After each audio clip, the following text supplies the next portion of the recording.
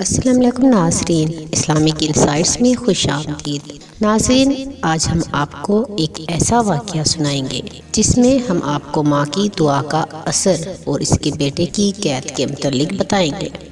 حضرت سیدنا عبد الرحمن بن احمد علیہ رحمۃ اللہ علیہ اپنے والد سے روایت کرتے ہیں کہ ایک مرتبہ ایک بوڑھی عورت حضرت سیدنا بکی بن مخلد علیہ رحمۃ اللہ کی بارگاہ میں حاضر ہوئی اور بڑے غمگین انداز میں یوں عرض گزار ہوئی: حضور، میرے جوان بیٹے کو رومیوں نے قید کر لیا ہے اور وہ زنجیروں میں جکڑا ہوا ان کے ظلم و ستم کا نشانہ بن رہا ہے۔ میرے پاس اتنی رقم نہیں کہ میں فدیہ دے کر اسے آزاد کرا لوں۔ میری ملکیت میں صرف ایک چھوٹا سا گھر ہے جسے میں بیچ بھی نہیں سکتی۔ اپنے لخت جگر کی جدائی کے غم نے میرے دن کا سکون اور راتوں کی نیند اڑا دی۔ مجھے ایک پل سکون میسر نہیں۔ خدا را میری حالت زار پر رحم فرمائے۔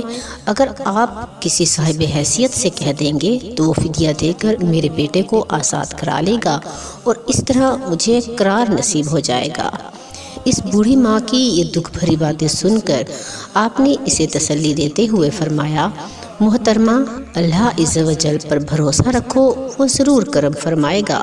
میں آپ کے معاملے کو حل کرنے کی کوشش کرتا ہوں، آپ بے فکر ہو جائیں۔ جب دکھیاری ماں نے ڈھارس بندھانے والی یہ باتیں سنی تو دعائیں دیتی ہوئی وہاں سے رخصت ہو گئی۔ راوی کہتے ہیں کہ جب وہ بڑھیا وہاں سے چلی گئی تو آپ سر جھکا کر بیٹھ گئے۔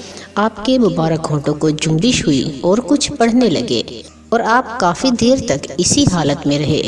کچھ عرصے بعد وہی بوڑھی عورت اپنے جوان بیٹے کے ساتھ آپ کی خدمت میں حاضر ہوئی۔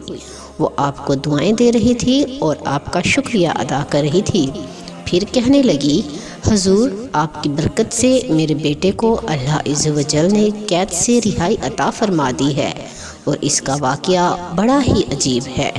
یہ سن کر آپ نے فرمایا: اے نوجوان، اپنا واقعہ بیان کرو۔ وہ کہنے لگا: جب مجھے رومیوں نے قید کر لیا تو انہوں نے مجھے چند اور قیدیوں کے ساتھ شامل کر دیا۔ وہ ہم سے بہت زیادہ مشقت والے کام کرواتے۔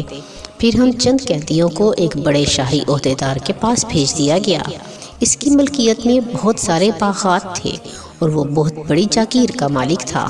وہ ہمارے پاؤں میں بیڑیاں ڈال کر سپاہیوں کی نگرانی میں اپنے باغات اور کھیتوں میں کام کرنے کے لیے بھیجتا۔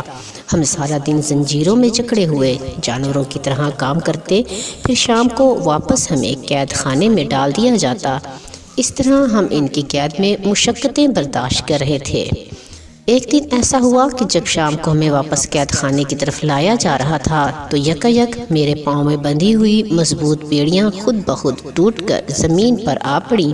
جب سپاہیوں کو خبر ہوئی تو وہ میری طرف دوڑے اور چیختے ہوئے کہنے لگے: تو نے بیڑیاں کیوں توڑ ڈالی؟ میں نے کہا: بیڑیاں خود بخود ٹوٹ گئی ہیں، میں نے تو ان کو ہاتھ بھی نہیں لگایا۔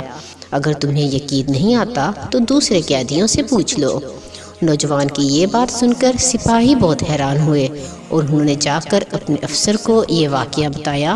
وہ بھی حیران ہوا اور اس نے فوراً ایک لوہار کو بلایا اور کہا: اس نوجوان کے لیے مضبوط سے مضبوط بیڑیاں تیار کرو۔ لوہار نے پہلی بیڑیوں سے مضبوط بیڑیاں تیار کیں۔ مجھے دوبارہ پابندِ سلاسل کر دیا گیا۔ ابھی میں ان بیڑیوں میں چند قدم ہی چلا ہوں گا کہ وہ بھی خود بخود ٹوٹ کر زمین پر گر پڑیں۔ یہ منظر دیکھ کر سارے لوگ بہت حیران ہوئے۔ انہوں نے باہم مشورے سے ایک راہب کو بلایا اور اسے ساری صورتحال سے آگاہ کیا۔ راہب نے ساری گفتگو سن کر مجھ سے پوچھا: اے نوجوان، کیا تمہاری والدہ زندہ ہے؟ میں نے کہا: ہاں، میری ماں زندہ ہے۔ راہب میری بات سن کر ان لوگوں کی طرف متوجہ ہوا اور کہنے لگا: اس نوجوان کی والدہ نے اس کے لیے دعا کی ہے۔ اس کی دعاؤں نے اس نوجوان کو اپنے حصار میں لے رکھا ہے اور اللہ عز و جل نے اس کی ماں کی دعا قبول فرما لی ہے۔ اب چاہے تم اسے کتنی ہی مضبوط زنجیروں میں قید کرو، یہ پھر بھی آزاد ہو جائے گا۔ لہٰذا بہتر اسی میں ہے کہ اسے آزاد کر دو۔ جس کے ساتھ ماں کی دعائیں ہوں، اس کا کوئی کچھ نہیں بگاڑ سکتا۔ راہب کی یہ بات سن کر ان رومیوں نے مجھے آزاد کر دیا اور مجھے اسلامی سرحد تک چھوڑ گئے۔ جب اس نوجوان سے وہ دن اور وقت پوچھا گیا جس دن اس کی بیڑیاں ٹوٹی تھیں تو وہ وہی دن تھا جس دن بوڑھیا حضرت سید بکی بن مخلد علیہ رحمۃ اللہ کی بارگاہ میں حاضر ہوئی تھی اور اس نے دعا کے لیے عرض کی تھی اور آپ نے اس کے بیٹے کے لیے دعا کی تھی۔